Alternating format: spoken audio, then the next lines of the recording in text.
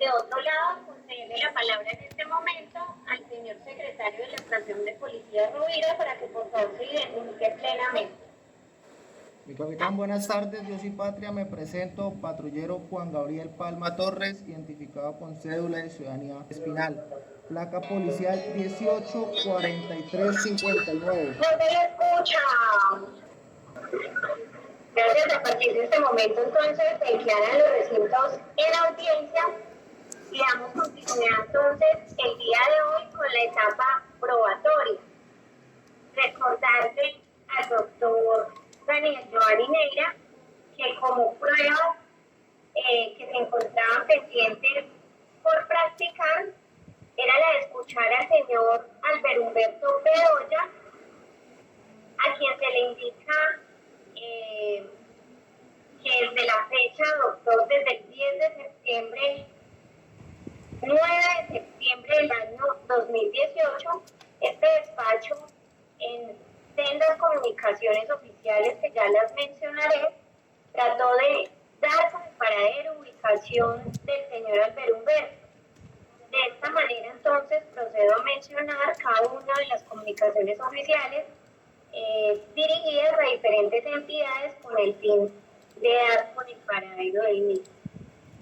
Fecha 10 de septiembre del año 2018, comunicación oficial radicada número S2018-064-531 METIR, dirigida a la Secretaría de Tránsito como obra apoyo 288. Asimismo, tenemos la comunicación oficial S2018-064-351 METIR, de fecha 9 de septiembre de 2018, dirigida a la Fiscalía General de la Nación como obra apoyo 289 del cartulario. De igual forma, tenemos la comunicación oficial S2018-064-542 METIR, fecha 10 de septiembre de 2018, dirigida a la Registraduría General de la Nación, folio 290. Asimismo, comunicación oficial S2018-064-352 METIR, dirigida al CISBEN, de fecha 9 de septiembre de 2018, como obra de apoyo 291. De otro lado, tenemos la comunicación S2018-064-539 METIR, dirigida al DANE, con fecha 10 de septiembre de 2018, como obra de apoyo 292. Comunicación oficial S2018 METIR, 9 de septiembre de 2018, dirigida al COSIGA, folio 293. Asimismo, comunicación S2018-064-560 METIR, de fecha 10 de septiembre del año 2018, dirigida a la SIGIN, per folio 303. Y comunicación oficial S2020 METIR, de fecha 9 de septiembre de 2020, la constancia de la dirección a la residencia que aparecía a la ubicación de residencia del señor Albert Humberto Bedoya como obra de apoyo 366. De acuerdo a cada una de estas comunicaciones oficiales, solicitudes que tienen respuestas por parte de cada una de ellas. La primera, por parte de la Secretaría de Tránsito, tenemos respuesta mediante oficio número 103173, que no nos dan lugar de ubicación ni paradero del señor Albert Humberto Bedoya. Asimismo, lo hace la Fiscalía General de la Nación mediante comunicado oficio número 204-60-0301-2438. De igual manera lo hace la Registraduría General de la Nación mediante oficio 3738, quien tampoco da con el paradero ni nos da información ni datos de ubicación del mismo. Asimismo lo hace la Registraduría General de la Nación mediante oficio 3738, el CISBEN mediante oficio número 2018-087-694. De igual manera, el DANE lo hace en respuesta a oficio número 2018-458-0030-05100. Asimismo, lo hace el FOSIGA mediante oficio número 158-506 y la DIGI mediante comunicación oficial es de 2018-064-7077 emitir, y la constancia que le acabo de mencionar, doctor, constancia de la que no reside en la dirección de residencia, que aparecía dentro de los datos que se tienen en el expediente del señor Albert Humberto Bedoya. De acuerdo al anterior y en atención a cada una de las solicitudes realizadas a cada una de las entidades que acabo de mencionar, pues el despacho acuciosamente intentó por todos los medios posibles para ubicar al ciudadano, a quien al día de hoy, 9 de septiembre del año 2020, no damos con datos de ubicación ni con el paradero del mismo. Por este motivo, este despacho, y en atención a cada una de estas solicitudes en las comunicaciones que se han enviado,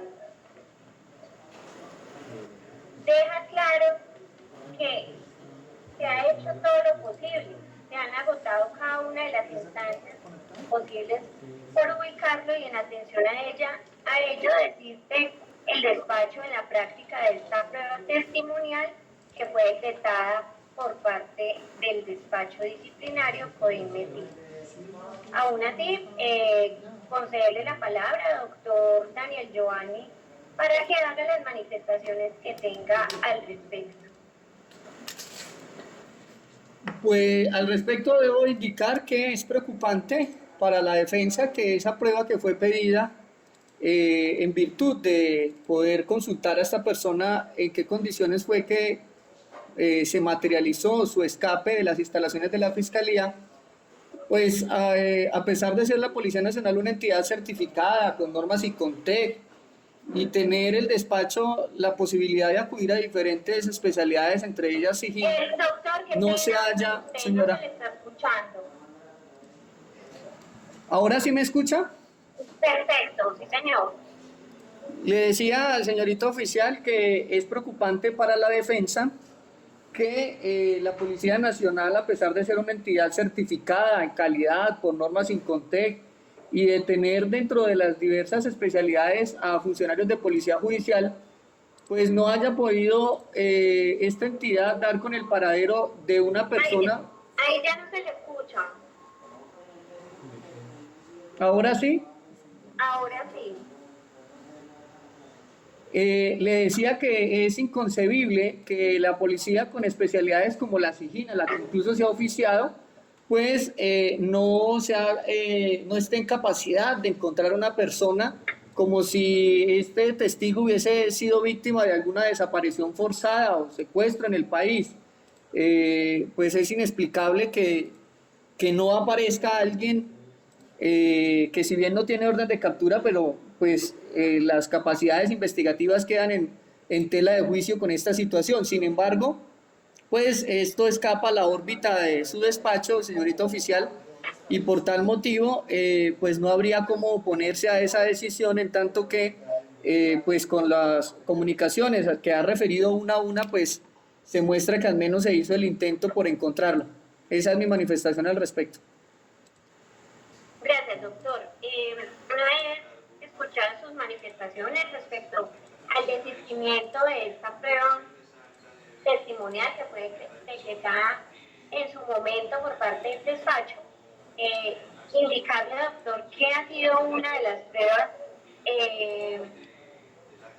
que fueron verificadas con cada una de estas comunicaciones que le digo. Aún así, dentro del acta de derechos del capturado, dejar claro pues, que este señor Albert Humberto Bedoya Rodríguez, según lo que obra folio 5 del expediente,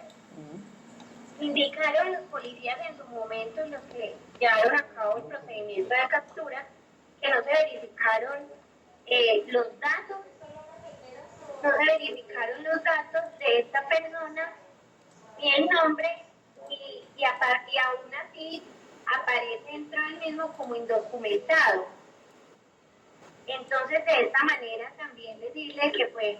bastante complejo la ubicación, porque ni aún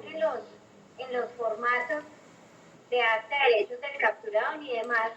por parte de la Fiscalía se logró establecer la plena identificación de este ciudadano.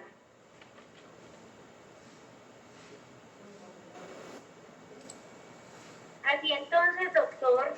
culminaríamos con cada uno el total de la práctica de pruebas que se solicitaron y se decretaron dentro de esta etapa procesal, y por ende proceder entonces en este momento a hacer el cierre de la misma y proceder a fijar nueva fecha y hora para continuar con la etapa de alegatos de conclusión. Al respecto, en virtud del principio de economía y celeridad procesal, pongo de presente, señorita juez disciplinario, que estoy en capacidad de presentar los alegatos conclusivos de manera inmediata. De acuerdo a ello, doctor, entonces procedemos a dar apertura a la etapa de alegatos de conclusión, no sin antes recordarle, dejarle de presente que es uno de los derechos que se tienen tanto para los investigados, sujetos procesales, de presentar o rendir los alegatos de conclusión de acuerdo a los términos legales, mínimo 3 días, máximo 10 días. Si es su deseo renunciar a estos términos, puede hacerlo, doctor, manifestarlo en este momento y continuar entonces rindiendo sus alegaciones de conclusión. Sí, señora, es mi deseo renunciar a esos 3 días que establece el 177 en su inciso final, con el objetivo precisamente de que, estando en una actuación del año 2016, podamos ir avanzando en este asunto. Sobre todo porque dentro de las alegaciones, las mismas culminarán con una solicitud de nulidades del auto de citación a audiencia, lo que genera que sea importante avanzarlo lo más posible en aras de que se puedan resolver esa serie de situaciones. Entonces, iniciaré mi intervención una vez así me lo permita. Que va, continúe, doctor, entonces, realizando su intervención frente a las alegaciones de conclusión. Muchas gracias. Sea lo primero indicar con profundo respeto, pero con total vehemencia, que hay una premisa según la cual el peor enemigo de un policía son sus propios compañeros. Y esa frase popular se ve materializada en este proceso, y es una frase popular que se invoca para expresar mi enorme, casi que monumental preocupación de ver cómo la Oficina de Control Interno Disciplinario de la Policía Metropolitana de Ibagué ha mantenido incólume el cargo formulado contra los 2 patrulleros que represento, pretendiendo así imponerles un cruel e injusto... Doctor, qué pena, se me trata de entrecortar. Ok. Le decía que la frase popular que acabé de invocar se usa para expresar mi enorme preocupación del ámbito monumental de ver cómo la Oficina de Control Disciplinario Interno de la METIP ha cerrado la etapa probatoria manteniendo incólume el cargo formulado contra los 2 patrulleros que represento, pretendiendo así imponerles un cruel castigo de mínimo 6 meses de suspensión con base en el cargo formulado, en el que se les acusa de haber dado lugar a la fuga de un ladrón de un simple jueguito que no supera el valor de los 100.000 pesos y que se escapó de las instalaciones del búnker de la Fiscalía en Ibagué en febrero del 2016. La práctica probatoria de este expediente, que como lo acabo de referir, data del año 2016, muestran con absoluta claridad cómo los 2 patrulleros logran acompañar a la víctima de un hurto que logra aprender a su propio victimario y ellos, los policías, dan continuidad a ese procedimiento de flagrancia, cumpliendo la obligación de poner a disposición a aquel autor del delito bagatela a buen recaudo de las autoridades judiciales. Es decir, los dos policías cumplen su misionalidad y trasladan al capturado a las instalaciones de la Fiscalía General de la Nación y allí hacen entrega física del ciudadano con el respectivo informe de captura en flagrancia. Por lo que entonces esta persona, desde el momento en que se firma el recibido de la documentación policial y se ingresa al capturado a los calabozos del CTI, repito, calabozos del CTI, no calabozos de la policía, calabozos del CTI, pues esta persona queda bajo responsabilidad exclusiva de los funcionarios de la Fiscalía General de la Nación para realizar los actos urgentes. Prueba de esa entrega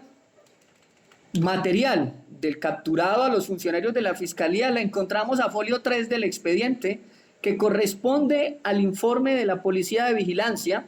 y también en el folio 5 del cartulario, donde se observa que existe un acta de buen trato firmada por el fiscal. Doctor, ella no se le está escuchando. ¿Hasta dónde me escuchó, capitán? Cuando inició en el folio 3. Ok. Le decía que esa entrega material del capturado está en ese folio 3, que corresponde al informe de Policía de Vigilancia, y que también se corrobora con el folio 5 del cartulario,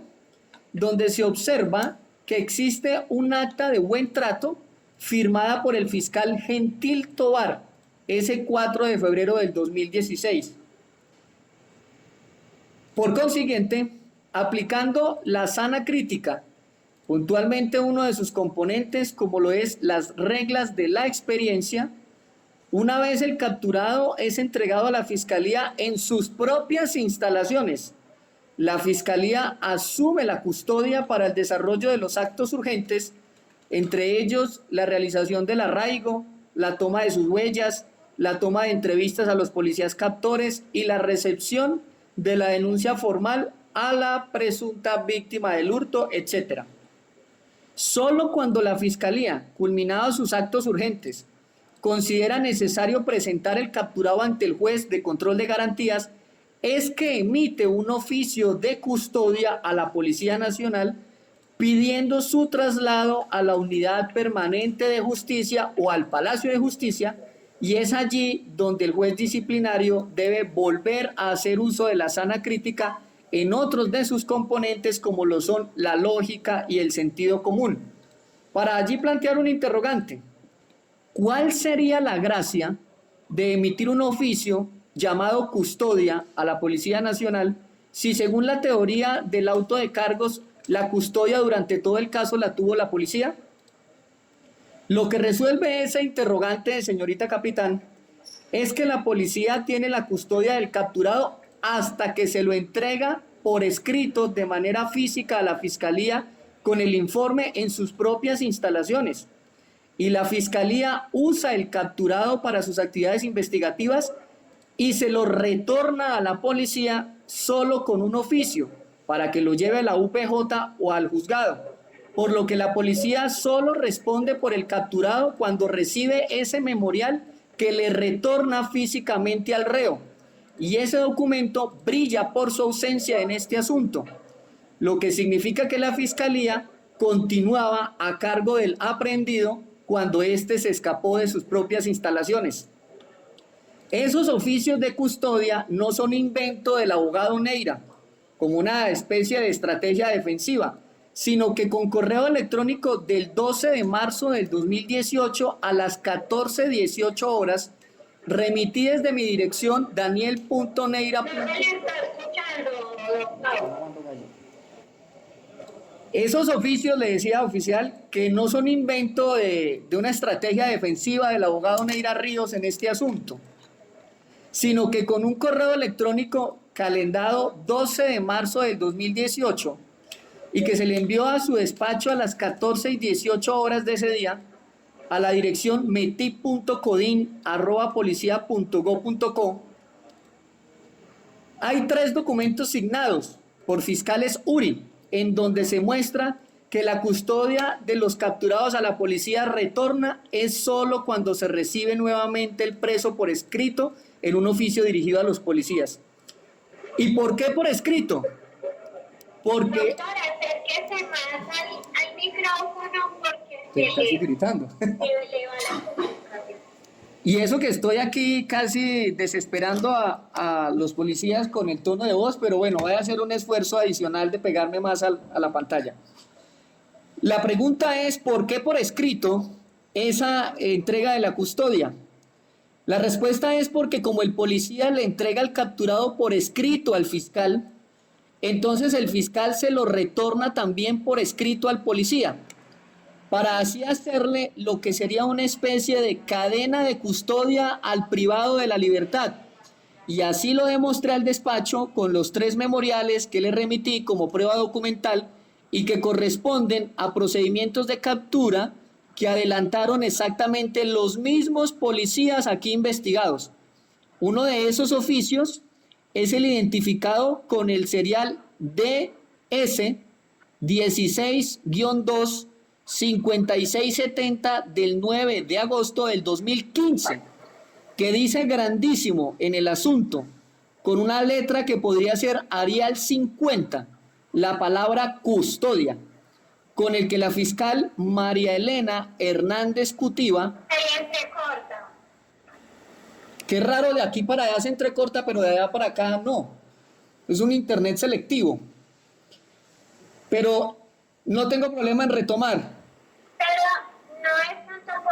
porque se entrecorte, sino porque pareciera que se estuviera alejando del micrófono, que estuviera como en esa tónica.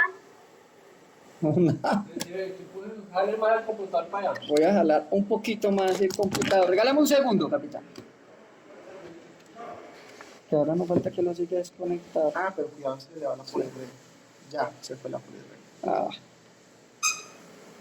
¿No? Ya.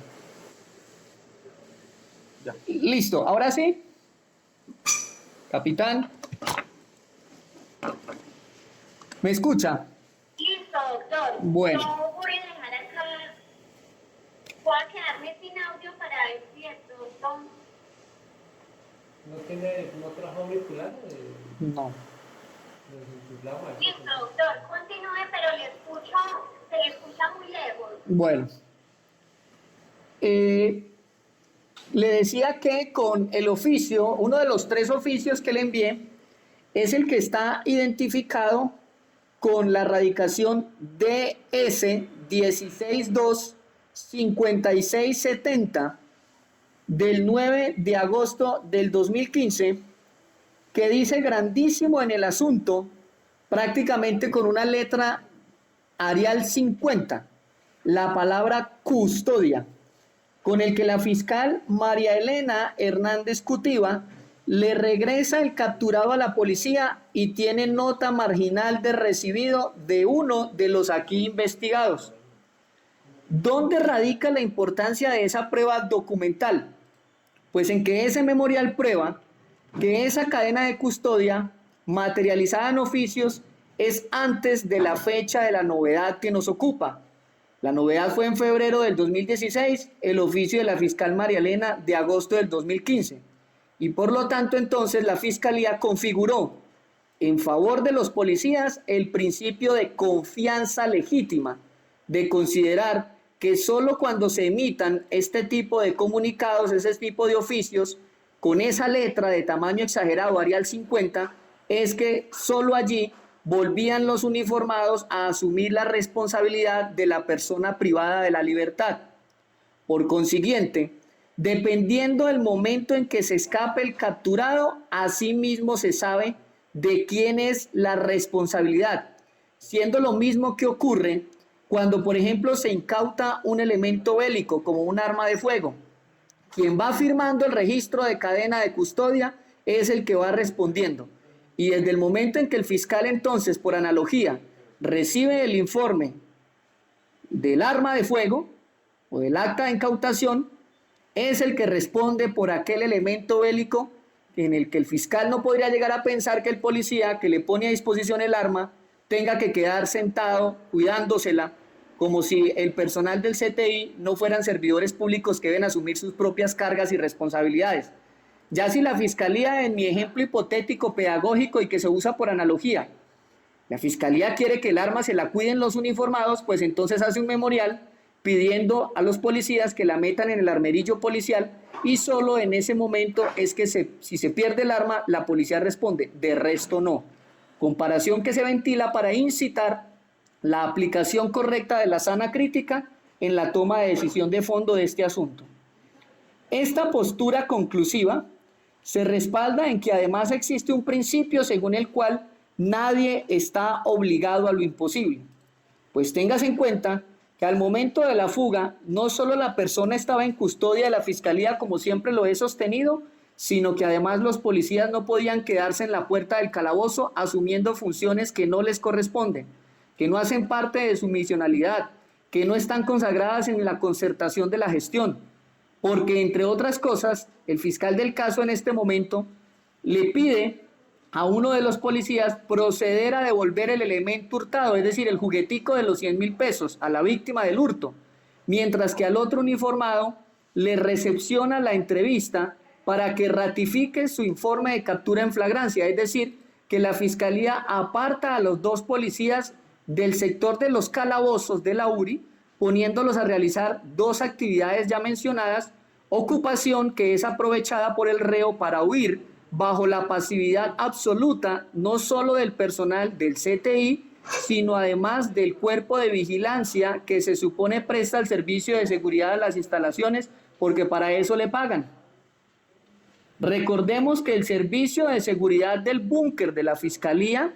no es solo para pedir la cédula en el ingreso a las instalaciones y asignar una ficha repitiendo como un loro que hay que ponérsela en un lugar visible, sino que la misión de los funcionarios de seguridad es no solo proteger a quienes están en ese complejo judicial, sino también evitar la fuga de las personas que se dejan a disposición de los funcionarios de la Fiscalía. Curiosamente,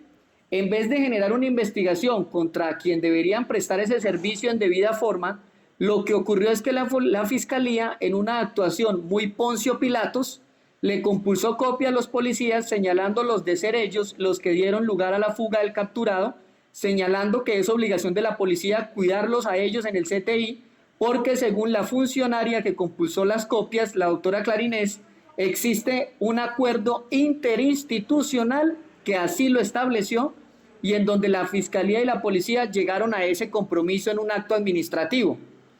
Pues resulta que dentro del ejercicio contradictorio de esta audiencia disciplinaria, la defensa, luego de varios intentos para que compareciera a esta diligencia, logró que declarara el comandante de la policía Metip. Y aquí a viva voz en esta audiencia, el coronel manifestó que ni siquiera él, que es el representante legal de esa unidad, tenía conocimiento de la existencia de ese acuerdo interinstitucional consistente en que la policía tuviera que irle a cuidar la URI a la Fiscalía. Y en ese orden de ideas, ¿cómo exigirle a los policías de calle que cuando le entreguen capturados a los fiscales tengan que quedarse cuidándolos como si no tuvieran nada más que hacer? O sea, es como creer entonces que el cuadrante al que tienen asignado los policías pudiera cuidarse solo, porque los policías, según ese acuerdo interinstitucional, estarían volviéndose cuidadores de calabozos como si fueran empleados de una fiscalía, que como entidad resulta incapaz de cuidarse a sí misma en su propio sitio de trabajo, lo que es por demás vergonzoso, sobre todo si le sumamos que la fiscal declaró en este proceso, la doctora Clarinés Vargas, que las puertas de los calabozos están dañadas. No falta sino que ahora también la fiscalía esté esperando que la policía vaya y le arregle las puertas, siendo algo que pretende que el despacho entienda, y es que la Fiscalía es responsable de lo que ocurre en sus instalaciones, sobre todo si ni siquiera se preocupa por tener un escenario logístico adecuado para su misionalidad.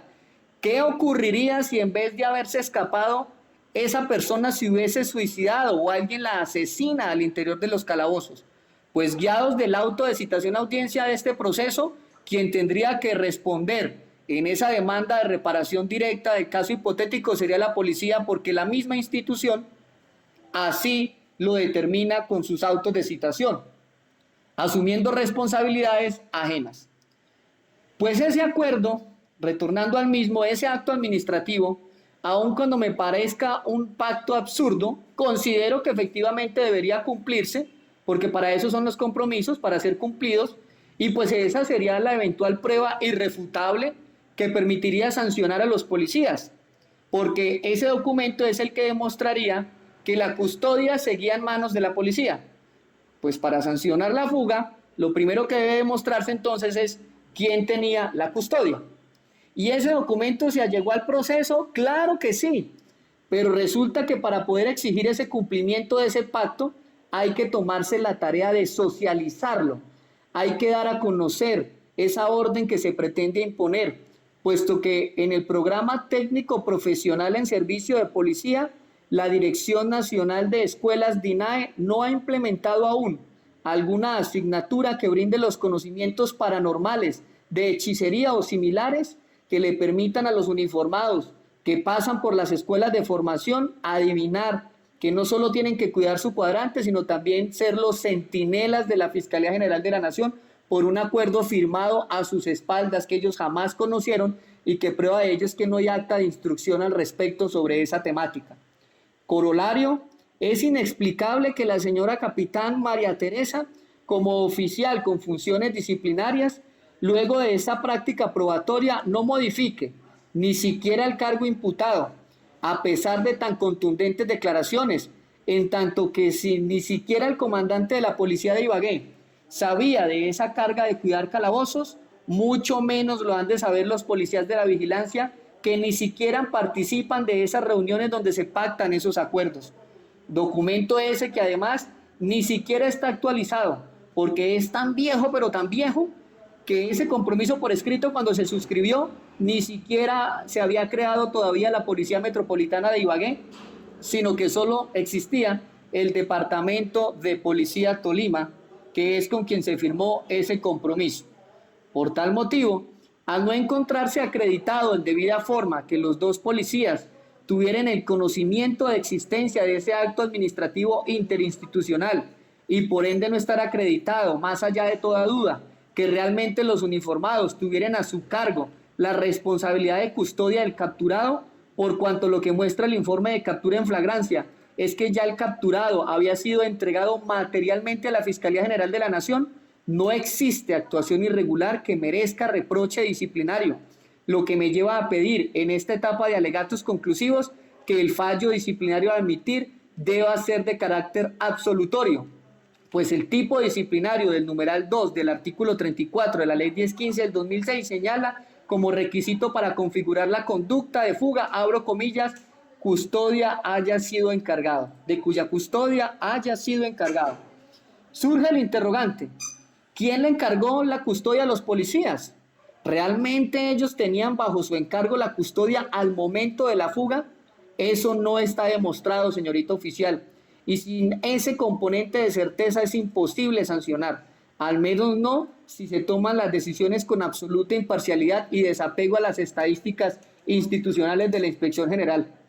En todo caso, si aún con esos argumentos sólidos que le acabo de exponer, la señora oficial con atribución disciplinaria considera que no está claro que la responsabilidad estaba en cabeza de la Fiscalía y no de la Policía, y por consiguiente tiene una duda sobre quién debía estar cuidando a los capturados en el momento de su escape, pues entonces cualquier duda que se tenga al respecto debe resolverse en favor de los procesados y no a la inversa, no porque yo lo diga, sino por mandato legal del artículo 9 de la Ley 734 del 2002, que en su inciso segundo señala que, abro comillas, durante la actuación toda duda razonable se resolverá a favor del investigado cuando no haya modo de eliminarla, cierro comillas. Sobre todo porque esa duda en temas de custodia no pudo ser resuelta a causa de que el fiscal que recibió los capturados falleció en un accidente de tránsito y por lo tanto no hubo forma de interrogarlo al respecto. Y de otra parte, pues existió la vergonzosa omisión por parte de la Oficina de Control Disciplinario METIP, a quien la fiscal, como se evidencia en el folio 8 del cartulario, le expresó literalmente que dejaba a disposición los registros de las cámaras de seguridad de las instalaciones. Y el jefe de disciplina para la época, aunque en el auto de apertura de indagación preliminar, visible a folio 13, señala que ordena la recolección de los registros de video, esperó más de medio año para ir a pedir las grabaciones con un oficio, impidiendo con ello verificar las circunstancias de modo, tiempo y lugar de la fuga, es decir, a qué hora se escapó, en presencia de quién, e incluso para mirar si alguien le ayudó o no. Por consiguiente, es curioso que el mismo despacho que acusa a los dos patrulleros de supuestamente no haber hecho bien su trabajo, resulta siendo el mismo despacho a quien, para hacer un simple oficio pidiendo la copia de un video de las cámaras de seguridad, se demora más de medio año en reaccionar y elaborarlo, lo que generó que cuando decidió hacerlo, el memorial, ya los registros fílmicos no existían, porque por más potente que sea el DVR, tampoco se puede ser tan optimista de pensar que la grabación se la va a guardar la Fiscalía de Disciplina por un tiempo tan insostenible como la de más de 6 meses. Para ser más exactos, la Fiscalía le ofreció los videos a Disciplina en febrero del 2016 y Disciplina, en un actuar evidentemente negligente, radicó la petición solo hasta el 30 de agosto del 2016 a las 5 de la tarde, como se observa a folio 21 del expediente, por lo que entonces considero necesario que de emitirse en este caso un fallo sancionatorio, se deben también compulsar las copias contra los funcionarios de esta misma oficina Codin-Metin por omisión en el cumplimiento de sus funciones, en aras de que solo así todos sean medidos con el mismo rasero institucional en la policía. Ahora bien, agotando todas las posibilidades, considero que en el eventual caso que, acomodando las circunstancias, el despacho insista en que los dos policías deben ser sancionados, considero que la oficial con atribuciones disciplinarias debe acoplarse a los pronunciamientos que ha trazado la misma institución Policía Nacional en materia disciplinaria. Es decir, debe dar aplicación a los precedentes de sus propias oficinas, tanto homólogas como superiores en materia disciplinaria, frente a decisiones emitidas en casos de similar naturaleza, que incluso siendo más complejos, han generado fallos con posturas menos inquisitivas, como ocurre dentro de la radicación de TOL-2015, regálame un segundo, le confirmo el radicado. ¿Me está escuchando perfectamente, capitán, o nos perdimos? Doctor, fuerte y claro. Gracias. Ya le confirmo el radicado para no hacer inducir el error al despacho.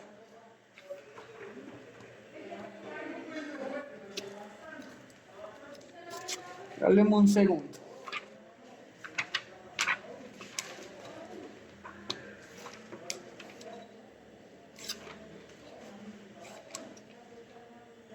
De TOL 2015-17, del 27 de marzo del 2015, donde a pesar de que a dos policías se les imputó exactamente la misma falta disciplinaria que aquí nos ocupa, por un caso de la fuga de una persona a la que además ya le habían impuesto una medida de aseguramiento por parte de un juez y cuya custodia sí estaba demostrada porque el juez se los había entregado a los policías en audiencia para el traslado a la cárcel, se dijo lo siguiente, abro comillas: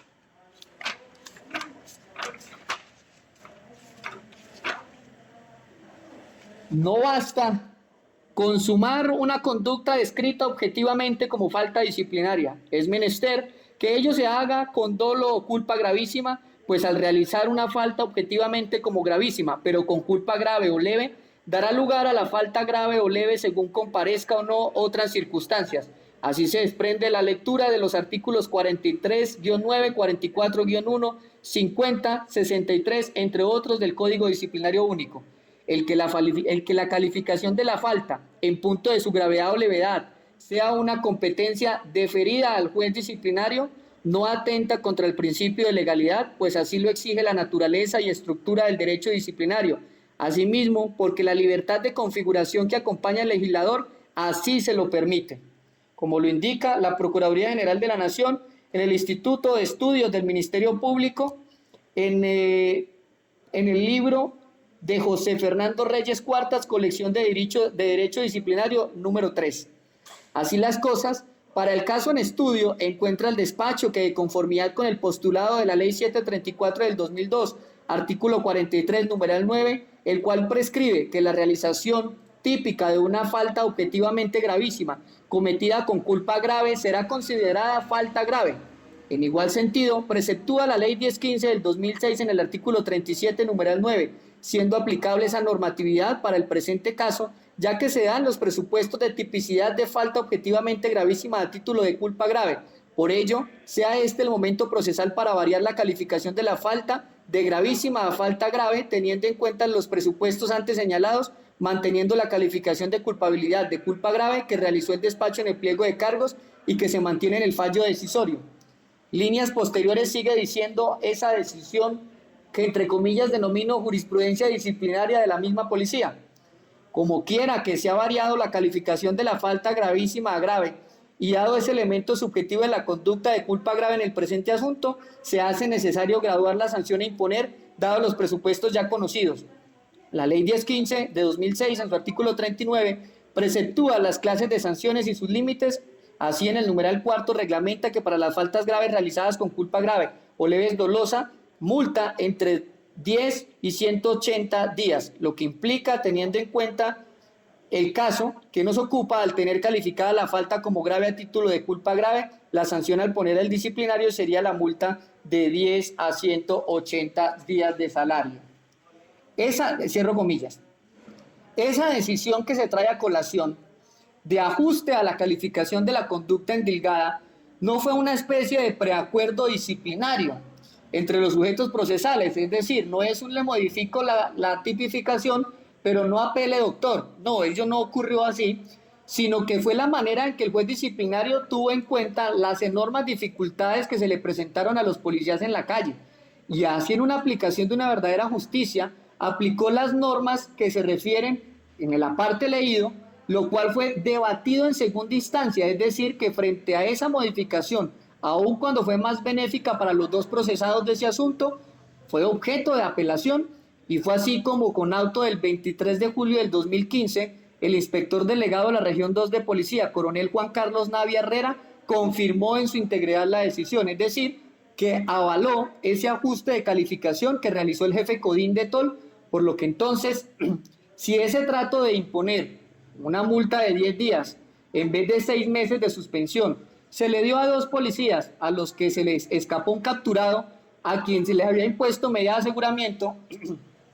y se les fugó de un baño al salir corriendo, estando entonces demostrada la custodia que tenían sobre el mismo, ¿cómo es que en este asunto la señorita capitán María Teresa mantiene incólume su intención de enviar a sus compañeros policías medio año a aguantar hambre en la casa, cumpliendo una suspensión, con la imposición de un castigo además injusto, porque como se ha insistido hasta la saciedad, ni siquiera el capturado, en este caso en particular, estaba a cargo de los patrulleros que represento, porque ya ellos se lo habían entregado al fiscal. Y para colmo de males, uno de los aquí investigados estaba en un recinto diferente al momento de la fuga rindiendo una entrevista, lo que hacía imposible tan siquiera poder estar mirando hacia el sector de los calabozos porque no tiene poderes de Superman. Y ello abre otro análisis con el que voy concluyendo mi intervención y que debe hacerse en esta diligencia, y es que se avisora una nulidad desde el auto de citación a audiencia disciplinaria y que se invoca en sede de alegatos, en tanto que como aún no se ha producido el fallo de primera instancia, ello significa que estamos en el escenario procesal oportuno para interponer tal solicitud. Para sustentar esta petición de nulidad inmersa en alegaciones conclusivas, se trae a colación que la misma surge no en forma caprichosa ni mucho menos dilatoria, sino que la misma obedece al fiel acatamiento y a la actualización de conocimientos con base en la jurisprudencia disciplinaria policial más reciente. Y me refiero a un auto que no podía invocar con anterioridad en este proceso porque su emisión se dio solo hasta el 22 de julio del 2019. Lo profirió la policía en la radicación MENEP, es decir, la de la Metropolitana de Neiva, MENEP 2018-47. Pero el auto que me refiero no es de un homólogo de este despacho, sino que fue emitido por la Inspección Delegada de la Región 2, aplicable al presente asunto por el uso excesivo de formatos por parte de la oficina disciplinaria, generando con ello una imposición encasillada de responsabilidad objetiva. Según la postura de mi coronel Edgar Fernando Rojas Sierra como inspector al resolver un recurso de apelación interpuesto por dos policías sancionados por un mismo cargo, por el solo hecho de conformar una misma patrulla policial, la inspección delegada al intentar desatar ese recurso de alzada fue en cambio decretando de oficio la nulidad de lo actuado desde la autocitación a audiencia, haciendo unos señalamientos que en esta ocasión hago míos, aplicando lo que se conoce como mutatis mutandis. Aclaro que no voy a ponerme a leer todo el auto, ni más faltaba, pero sí voy a invocar de manera textual aquellos apartes más significativos que calco de ese proceso al nuestro, es decir, que traslado de ese expediente a este proceso por ser aplicables en su totalidad. Dice textualmente el señor coronel, su jefe, señora capitán, lo siguiente, abro comillas.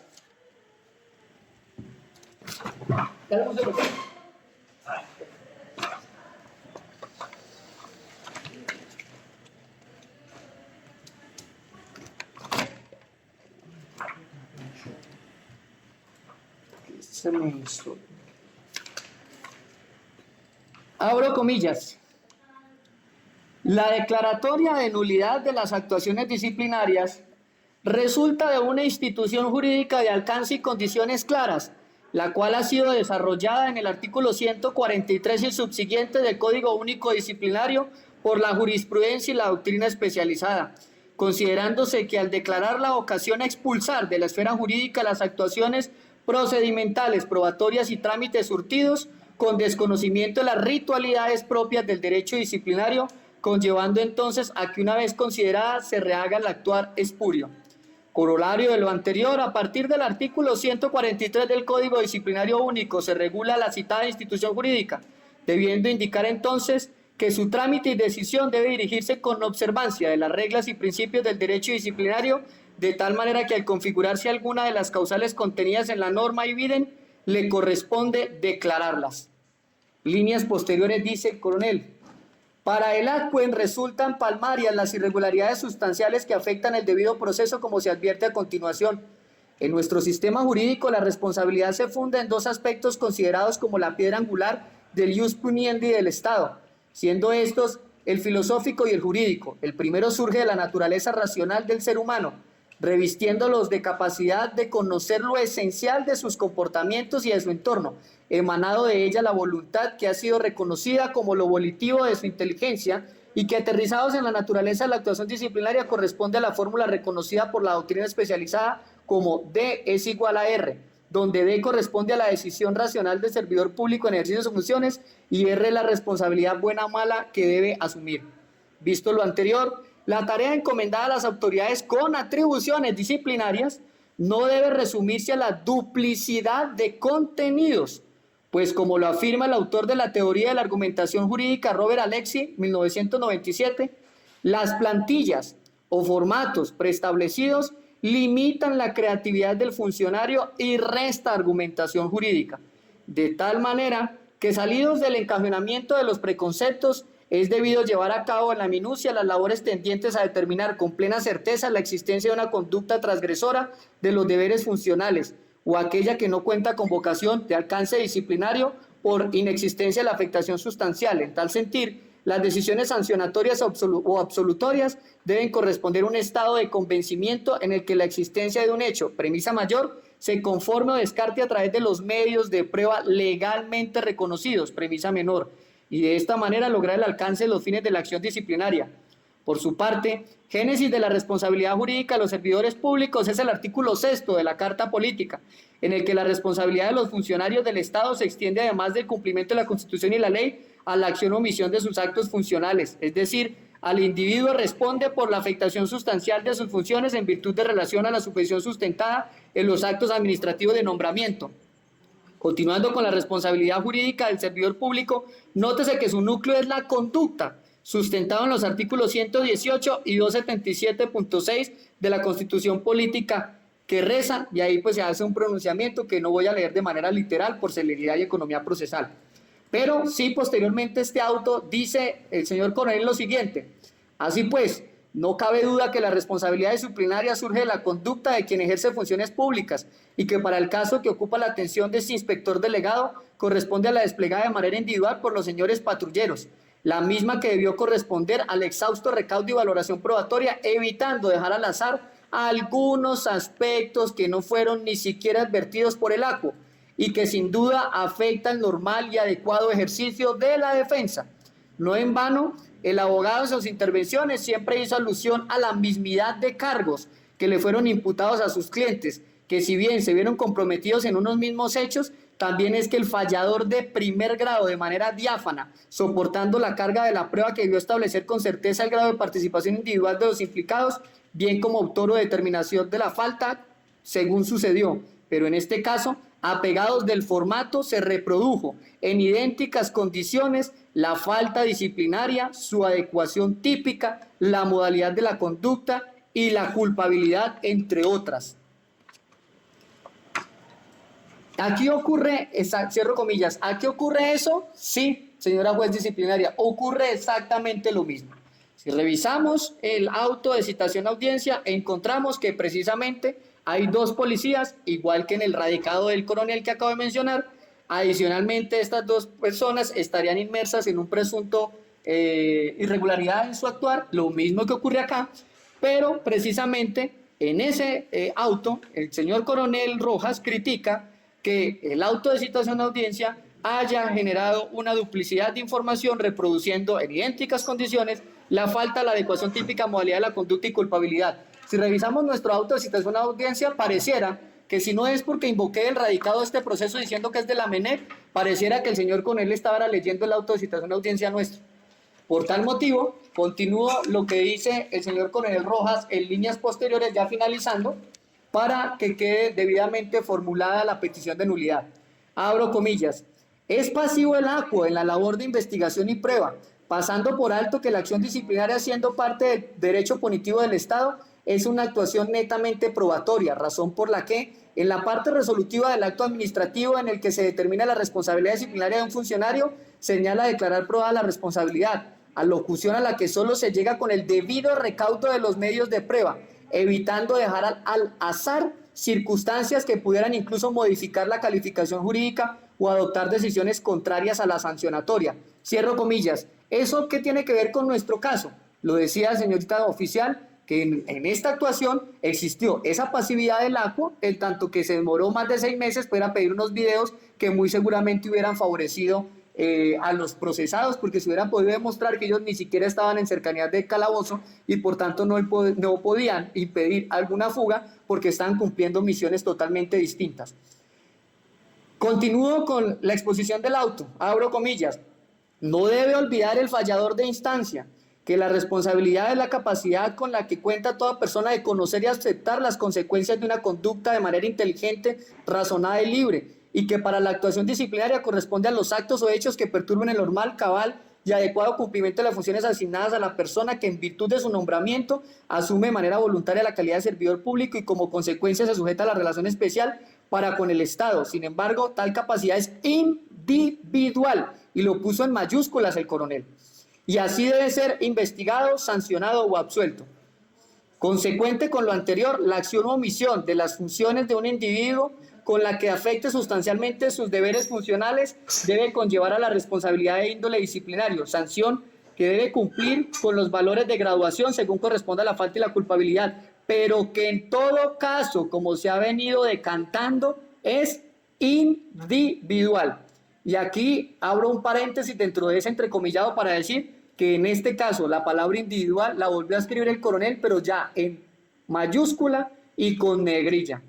Continúo. Así que por más de que se participe en un solo hecho, le corresponde al operador disciplinario establecer, más allá de toda duda razonable, el grado de participación y la modalidad en que actuó cada uno de los implicados,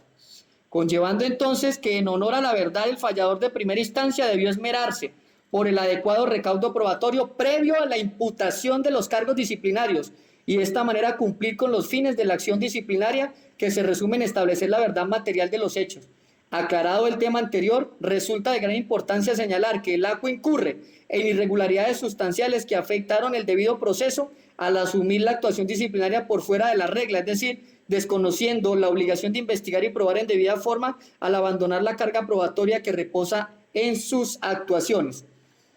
Así las cosas, sin más consideraciones, este despacho, en aplicación del artículo 144 de la Ley 734 del 2002, Código Único Disciplinario de oficio, declara la nulidad del auto de citación a audiencia calendado 1 de abril del 2019 y de las actuaciones que de él dependan, como quiera que por parte del fallador de primera instancia se incurrió en irregularidades sustanciales que afectan el debido proceso, como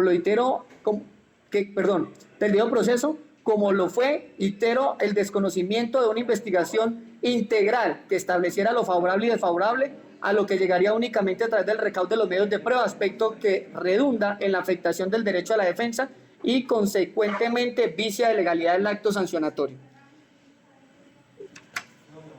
Notifíquese y cúmplase, obviamente, después del resuelve que decreta de oficio la nulidad de todo lo actuado desde la autocitación a audiencia, Coronel Edgar Fernando Rojas Sierra, inspector delegado de la región 2, elaborado esto por su intendente Luis Carlos Amado Guzmán y revisado por el coronel Edgar Fernando Rojas Sierra. Cierro comillas frente a ese auto que invoco,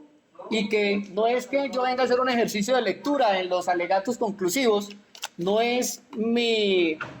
costumbre ponerme a leer este tipo de decisiones en mis intervenciones, pero como este tipo de autos no se encuentran ni por Google ni en las bases de datos virtuales, ni son de tan acceso público, pues considero necesario que si voy a invocar los argumentos del alto oficial, pues al menos traerlos a colación, dando a conocer el contenido del auto en aquellos aspectos puntuales que permiten lo que decía el mutatis mutandis. Así las cosas, señorita capitán, revisado ese auto emitido, nada más y nada menos que el superior jerárquico de su oficina CODIM, y encontrando que esa misma novedad se presenta aquí, donde el cargo de la fuga es un copia y pegue, donde a ambos se le indica exactamente lo mismo con un mismo rol, prácticamente como si más que una patrulla de vigilancia fueran dos policías siameses, es que se incurre, bueno, ahí me disculpará, tengo entendido que siameses, de pronto me equivoco en el término, son las dos personas que nacen pegadas. Si ese no es el término, pues pido excusas al respecto, pero por eso explico el significado que creo que es el de ese término, para hacer referencia a eso, que los policías, por más de que pertenezcan a una misma patrulla, no están pegados el uno al otro con superbonder.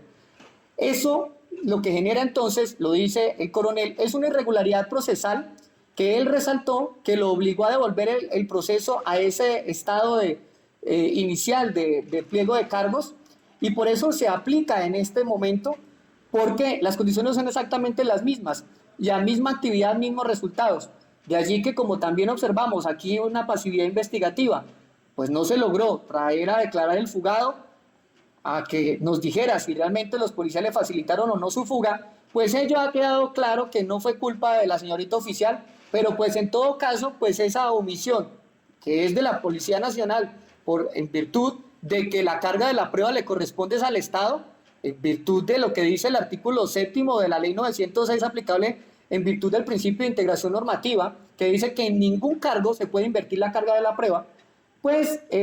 ya se ha ahondado también la situación relacionada con los videos y su demora, pues hace que el hecho de que se demore medio año para pedirlos, pues es una misma irregularidad en temas de actividad en materia probatoria. Por lo tanto, respaldado por mi coronel, nada más y nada menos que el señor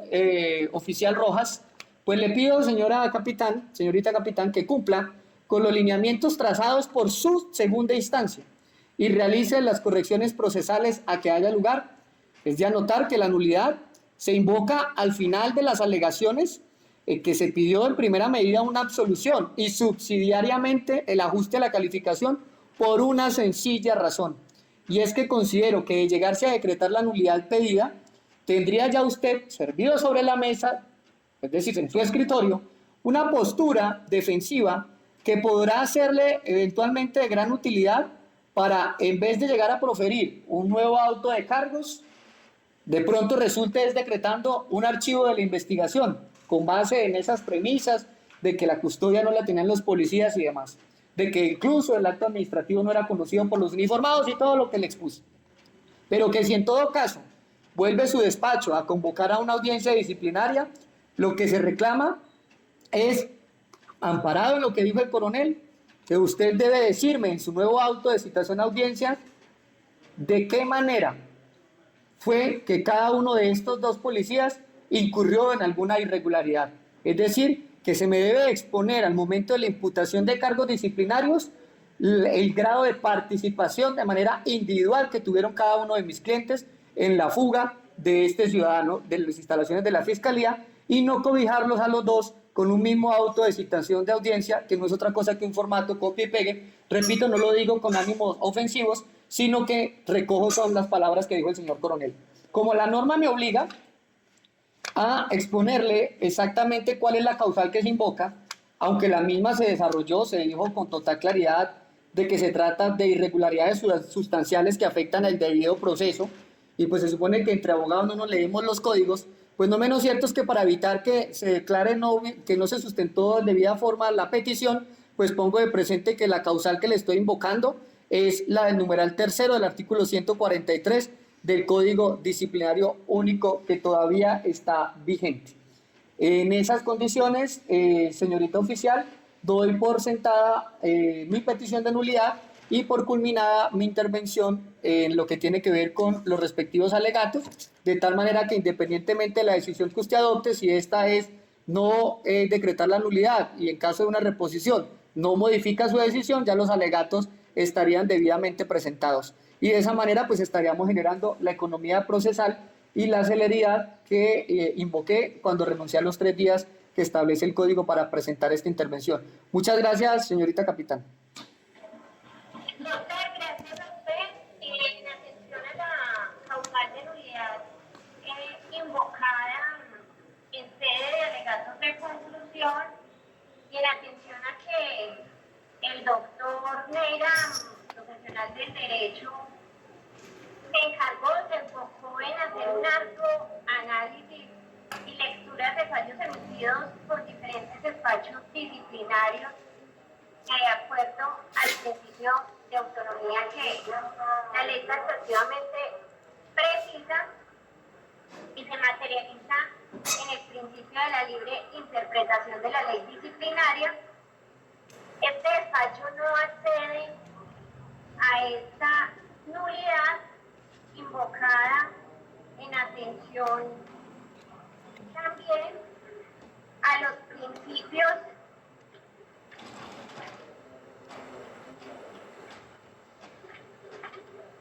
de instrumentalidad de las formas y principio de trascendencia de acuerdo a la ley 600 de 2000 en el artículo 310 que los fijó de manera expresa. Aquí me remito claramente en cuanto a que el profesional en derecho me manifiesta indica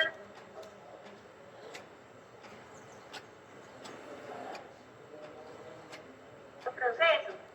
Por ello me permito indicarle que cada una de estas irregularidades sustanciales no son vislumbradas ni avisoradas por esta instancia disciplinaria y que las garantías fundamentales que asisten a los sujetos procesales al momento no se han socavado cada una de estas bases trascendentales del proceso. Asimismo, y de acuerdo a lo manifestado por la Corte Constitucional, en aras de calificar esa existencia de irregularidades sustanciales en atención al principio que estoy exponiendo, indica que no se podrá calificar como violación al debido proceso,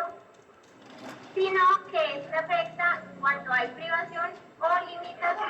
del derecho de defensa, lo que tampoco observamos y nos remitimos aquí al principio de trascendencia, donde habla de la irregularidad sustancial que afecte las garantías de los sujetos procesales o que se desconozcan estas bases fundamentales de la institución o juzgamiento que hasta el momento tampoco son avisoradas por esta instancia. En donde la primera sería y referirnos a la vulneración de garantías fundamentales de los sujetos procesales y la otra a a la afectación de las bases esenciales del proceso, donde se deberá demostrar la producción de la decisión que afectó el derecho que le asiste, que tampoco ha sido demostrado. En este orden de ideas, procedo entonces a negar la presente solicitud de nulidad, obviamente concediéndole el recurso de reposición, doctor Neira, para que si es su deseo, lo sustente, lo interponga y lo sustente en este momento. Gracias. Efectivamente, escuchada la decisión del despacho en la que considero incluso carece por completo de una debida motivación, en tanto que simplemente se expresa que no hay una trascendencia al momento de invocar la nulidad, pues considero que si bien respeto la postura que tiene el despacho, no la comparto y por lo mismo hago uso del único recurso posible, que es el de reposición, y el que procedo a sustentar en los siguientes términos, indicando en primera medida que estando, como lo dice el señor coronel, frente a una situación de repetición de formatos, es decir, unos cargos en los que pareciera que los dos policías andan juntos cogidos de la mano en cada uno de los procedimientos, y que desde el primer momento en que se genera la imputación disciplinaria, esto es en el auto de citación, no se dice con total claridad qué es lo que hizo o no hizo cada uno de ellos, quién de los dos era el que estaba realmente encargado de la custodia y quién estaba, por ejemplo, cuidando la moto, o por ejemplo, quién estaba realizando el tema de la papelería y quién estaba realmente con posibilidad de cuidar el calabozo. Pues esa carencia de ese dato no puede esperar a resolverse en el fallo, sino que es una situación que debe establecerse desde el momento en que se cita audiencia disciplinaria por una sencilla razón, y es que solo cuando la persona, el miembro de la policía, conoce de qué es que está siendo acusado, pues es que puede llegar a establecer una estrategia defensiva, y pues ello es imposible si no se le indica con total y absoluta claridad esa participación que presuntamente tuvo en la irregularidad. Ha citado la señorita oficial la autonomía del despacho para poder interpretar las normas, pero resulta que una cosa es interpretar la norma y otra cosa es aplicar, limitar los derechos fundamentales sin ningún tipo de control.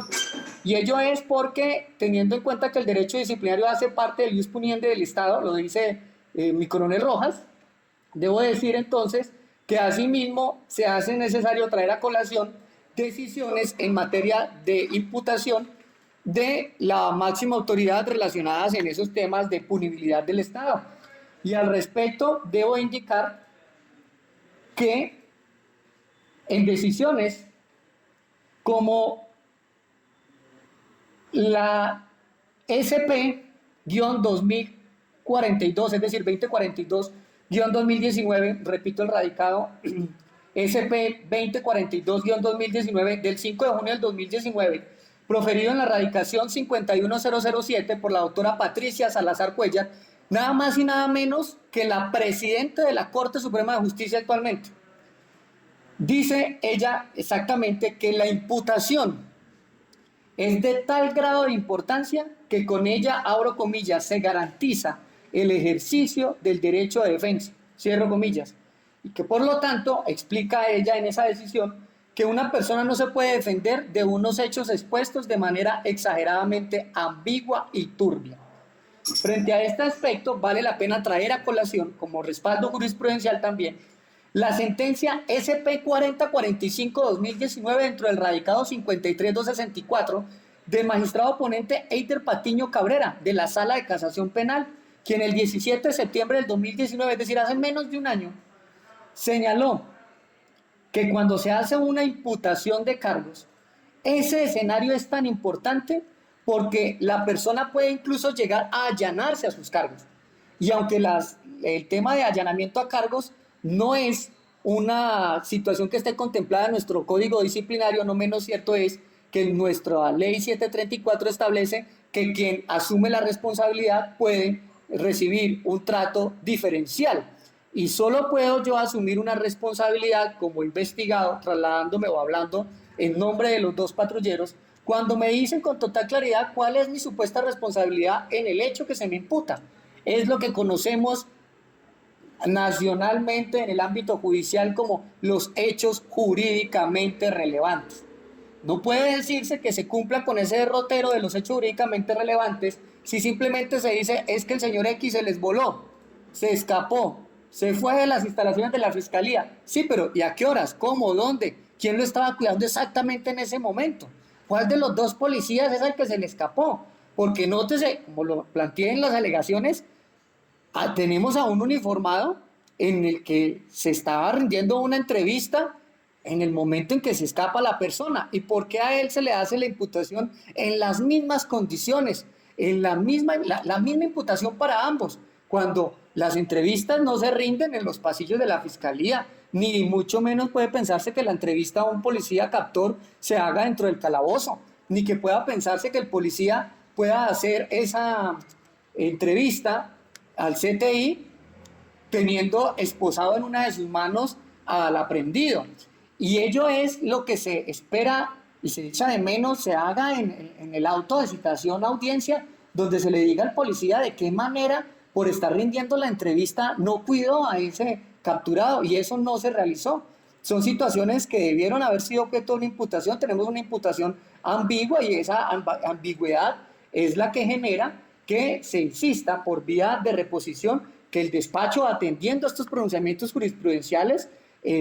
pues corrija esa actuación. No puede utilizarse la autonomía de los despachos para convertirse, lo digo con absoluto respeto, la oficina CODINME tiene una rueda suelta que no acata ni siquiera lo que le dice su propio superior jerárquico. Es que la decisión que yo he traído a colación no es una decisión que haya adoptado en la oficina CODIN del Ejército, ni que haya adoptado a una oficina CODIN del IMPEC, ni la oficina de control disciplinario de Cortolima, sino que es lo que dice el propio inspector delegado. ¿Hasta dónde podría llegar a prevaricar incluso el despacho cuando, advertida de la postura de su propio superior, de quien va a tarde o temprano a revisar esta actuación, que dice que no pueden permitirse en esos copia y pegue los autos de citación a audiencia, y que se hizo una comparación total de qué es en lo que hay esa coincidencia con esa actuación, y que incluso se invocó ese mutatis mutandis que hace parte de la intervención de la Corte Interamericana de Derechos Humanos en el caso de Petro versus Colombia? El despacho CODINME-TIC vaya aparte a todos esos pronunciamientos, tanto de la Corte Suprema de Justicia, tanto de la inspección delegada, tanto no solo en el auto que acabo de mencionar, sino también frente a su propio homólogo del DETOL, frente a la revisión que se hizo a la decisión de su homólogo del DETOL, es decir, que está trazada la línea jurisprudencial a nivel disciplinario interno en la policía, y esa línea no puede ser desconocida por el despacho, porque cuando ello ocurre debe hacerse una sustentación en debida forma de por qué se aparta de esa motivación, y esa motivación de por qué la señorita capitán le quiere llevar la contraria al coronel no quedó expuesta al momento de tomar la decisión, sino que simplemente dice es que yo soy autónoma, y como soy autónoma yo fallo, como yo tomo las decisiones como yo quiero. Sí, eso es entendible, pero tiene que ser apegada no solo a la ley, a la Constitución, sino que también recordemos que esas decisiones deben adoptarse con base en la jurisprudencia, en la doctrina. Por eso es importante que antes de resolver este recurso se revise como mínimo esas dos decisiones de la Corte Suprema, para poder avisorar esa trascendencia que el despacho dice que no ve, pero que resulta que es clara, porque, como repito, ¿qué más trascendencia puede existir si cuando se me cita una audiencia de disciplina, el cargo que se me señala no es lo suficientemente claro y me dicen que yo, patrullero 1, hice exactamente lo mismo que patrullero 2,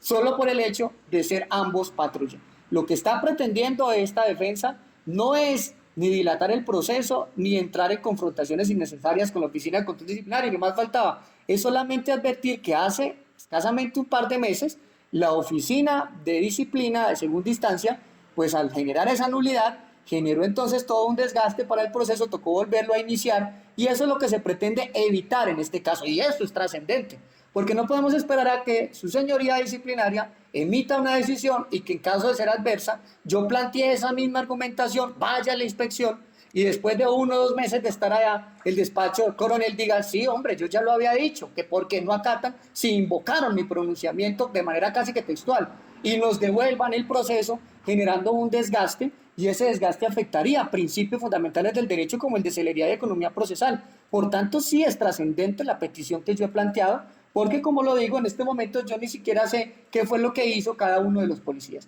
Por tal motivo le considero de manera muy respetuosa que el despacho debe reevaluar su decisión y proceder a decretar la respectiva nulidad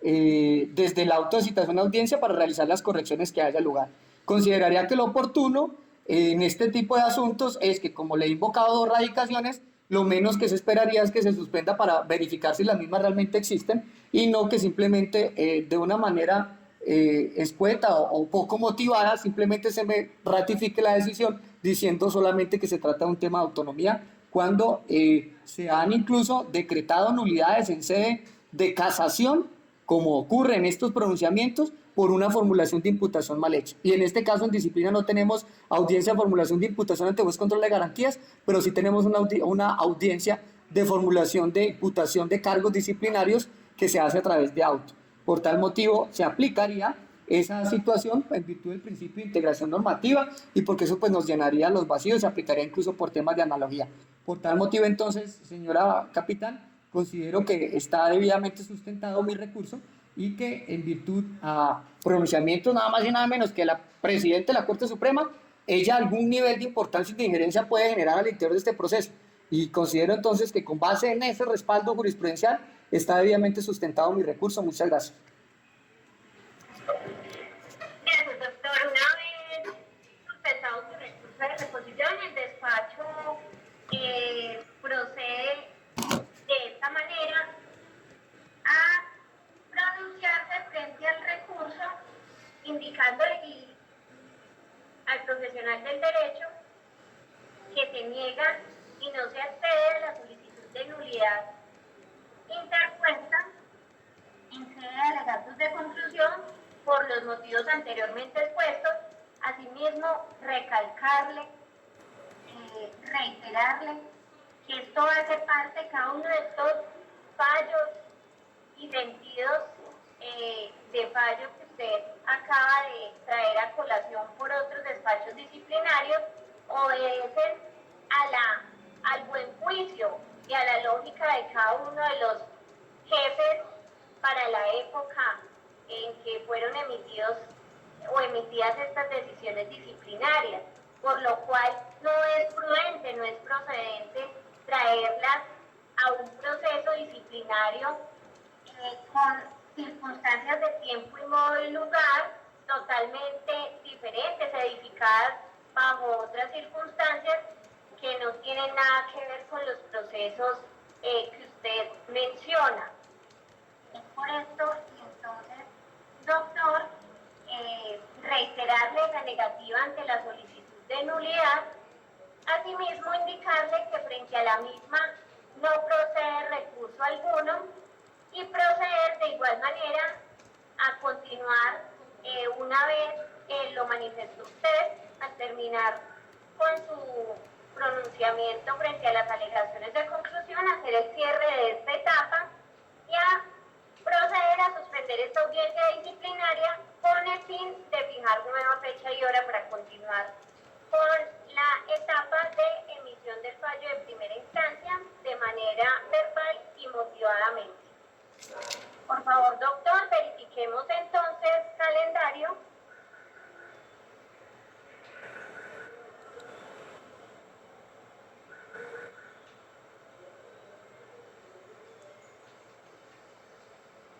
Doctor Neira. Sí, señora, tengo la agenda en la mano. Verifiquemos calendario para el día viernes 11 de septiembre a partir de las 16 horas. Señorita oficial, tengo desde las 14 horas un juicio oral notificado por correo electrónico desde el 26 de agosto del 2020 por delito sexual con menor de edad, por lo que como se trata de un juicio oral, pues arrancamos a las 14 horas, pero no se sabe la hora de culminación del mismo. Por tal motivo me preocupa que no pueda alcanzar a conectarme, sobre todo porque la audiencia, aunque se hace de manera virtual, pues me obligaría a hacerla en mi oficina y no podría conectarme desde allá con el despacho, por lo que entonces al tener que trasladarme a la estación y hacer los temas de conexión, hace que me sea imposible estar disponible para ese día. Al final de esta audiencia, una vez llegue a mi oficina, con el fin de que obre el soporte de mi manifestación, reenviaría aquel correo del 26 de agosto donde se me convocó a la audiencia para el 11 de septiembre. Por tal motivo le ruego reprogramarlo. Doctor, qué pena. En atención a lo que acaba de indicar,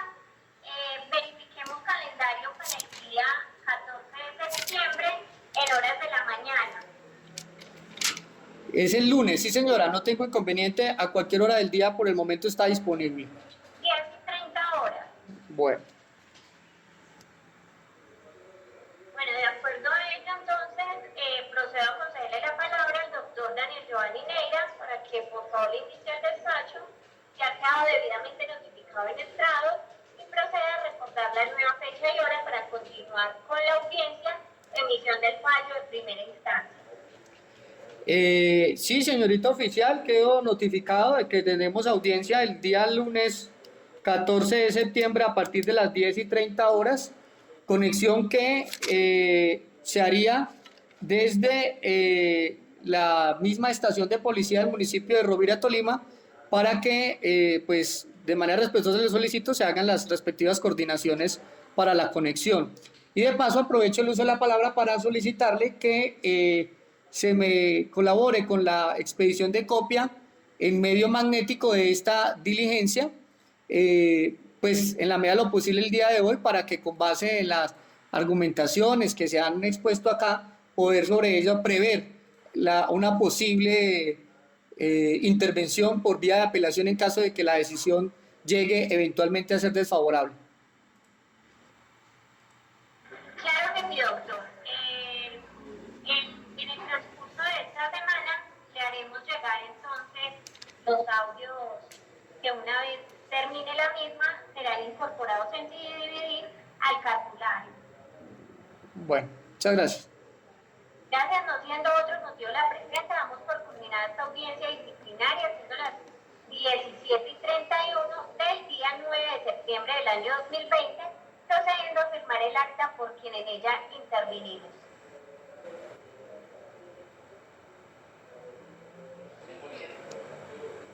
¿El acta la envían por este mismo link o Sí, la...? sí, señor, ya espérenos ahí un momentico, ya se la enviamos, doctor, para que usted la revise y si no hay ninguna objeción nos la regrese firmada. Ok, perfecto. Ya le digo entonces aquí al señor secretario. Un hombre de leyes muy estudioso y con